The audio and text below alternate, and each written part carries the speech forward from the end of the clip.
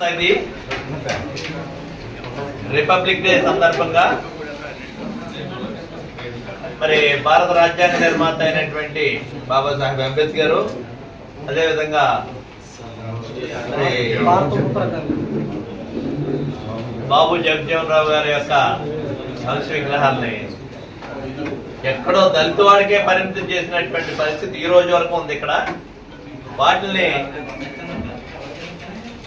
Main road మీదకి తీసుకొచ్చి కరాచీ సెంటర్లో గాంధీనగర్ వాణిమహల్ సెంటర్లో వాటిని హంస విగ్రహాలు రెండు కూడా ఆవిష్కరించాలనేటువంటిది కార్యక్రమాన్ని తీసుకోవడం జరిగింది. ఈ నియోజకవర్గంలో ఉన్నటువంటి అందరూ బాబాసాహెబ్ అంబేద్కర్ యొక్క అభిమానులు అందరూ కూడా దళిత నాయకులు, సోదరులు, సోదరిమణులు,